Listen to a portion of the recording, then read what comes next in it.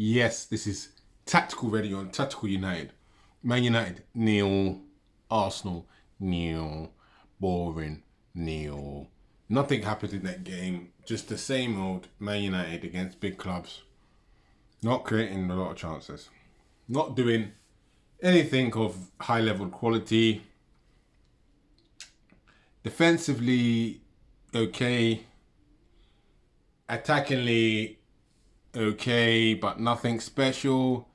It's just the same old, really, isn't it, with Solskjaer? And, obviously, I've been Ole Gunnar Solskjaer out, obviously. I'm not saying he hasn't done a decent job, but when I look at things long term and when I look at things from the future, I don't see a manager that can do anything progressive. These performances that we're seeing here, like in commentary, Gary Neville and Martin Taylor, they were saying about, it's playing moments and it's individual brilliance, and like what they're basically saying in short terms, they're saying that basically it's all down to the players and there doesn't seem to be any sort of coaching, because they were saying about this, if the team play improves, it'll be a better team, but we have no team play. We have no team play, and that is down to coaching and management. And, we had our best team out there. Like, we had no injuries. No injuries. And that is our best team. And we basically play average. Like, I don't know how we're second. I don't know how this league has allowed this team, Manchester United, with Ole Gunnar Solskjaer at the helm, to become second, because we don't play well. Like, we don't play well. We don't play exciting. We play in like bursts of 10 seconds. 5-second bursts, free kick bursts, penalty bursts. But you see, since we haven't had any penalties, we're not doing anything. Like, it's really that simple. We have no penalties and we're not doing anything. It's simple as that. Cavani, well, I've been saying for the last maybe 3 weeks on this channel that I don't really rate Cavani. I don't really think... I think his movement is great. I think he's good at heading. But that's it. Finishing, I've said from day one, as a finisher, he's never been clinical. I don't know how he scored all the goals that he scored, but every time I've watched him with PSG and Napoli was a little bit better, but particularly with PSG, he's never clinical. Like, he would miss 3 or 4 chances that you would expect him to score in big games. This is Cavani that I remember.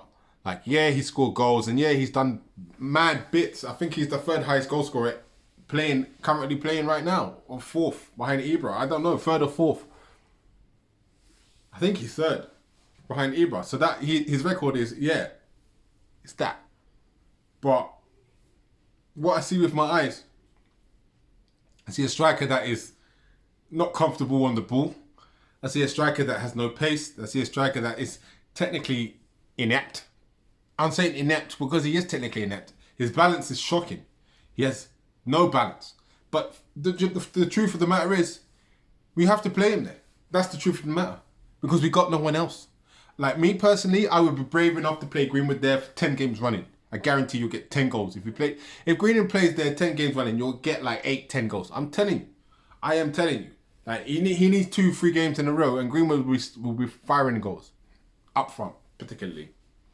But, Cavani is limited, and he's limiting our play. We can't play counter-attacking football with Cavani because he's too slow and he comes too deep. So, it's funny that, like, Ole Gunnar Solskjaer wants counter-attacking football, but he persists with Cavani, and it kills our whole game. Our whole plan A is killed because Cavani is there, tactically speaking. And I'm tactical red. So, it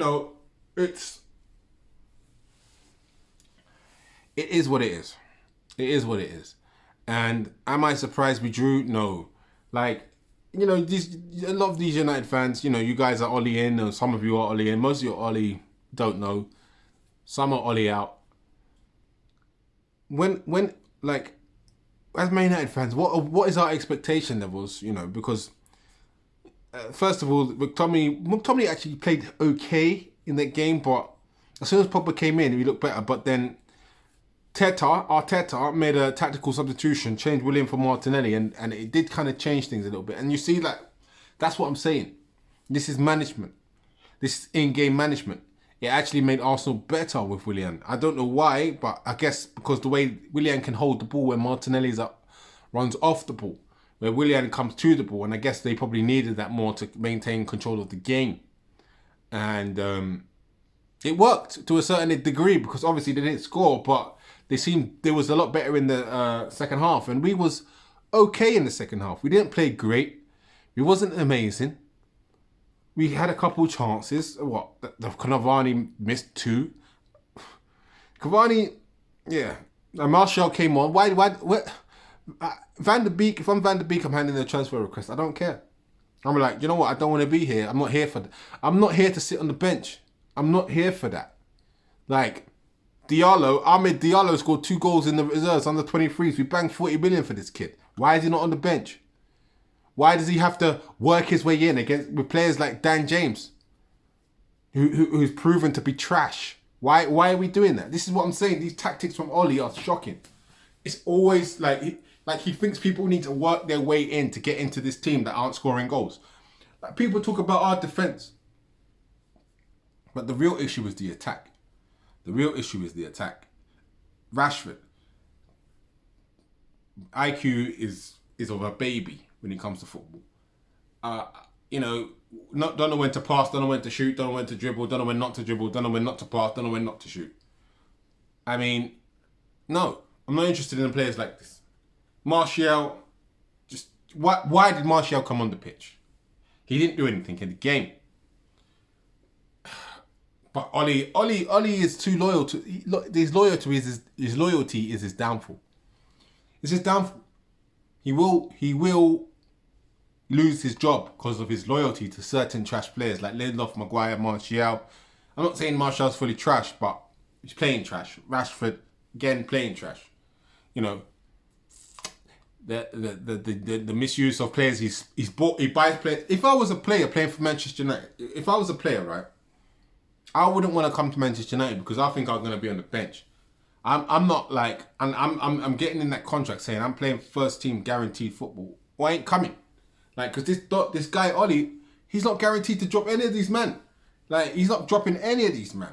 Like, that first team that we saw there, bar Martial, he's not looking to drop none of them.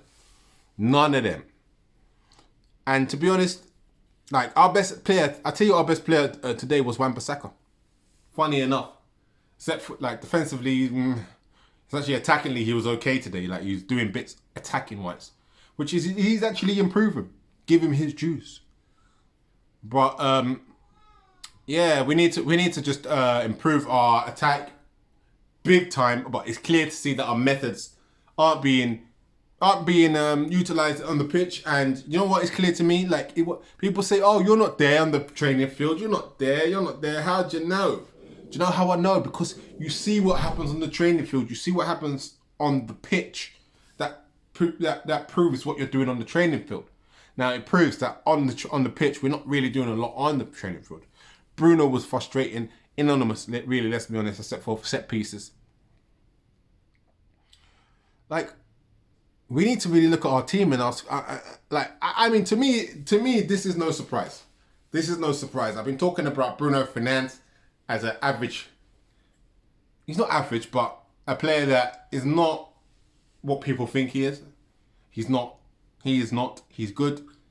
He's effective, but he's not. Like, Smith Rowe played better than him. Smith Rowe looked better than Bruno Fernandes, and I was thinking before the game that was going to happen, and it did. It did happen.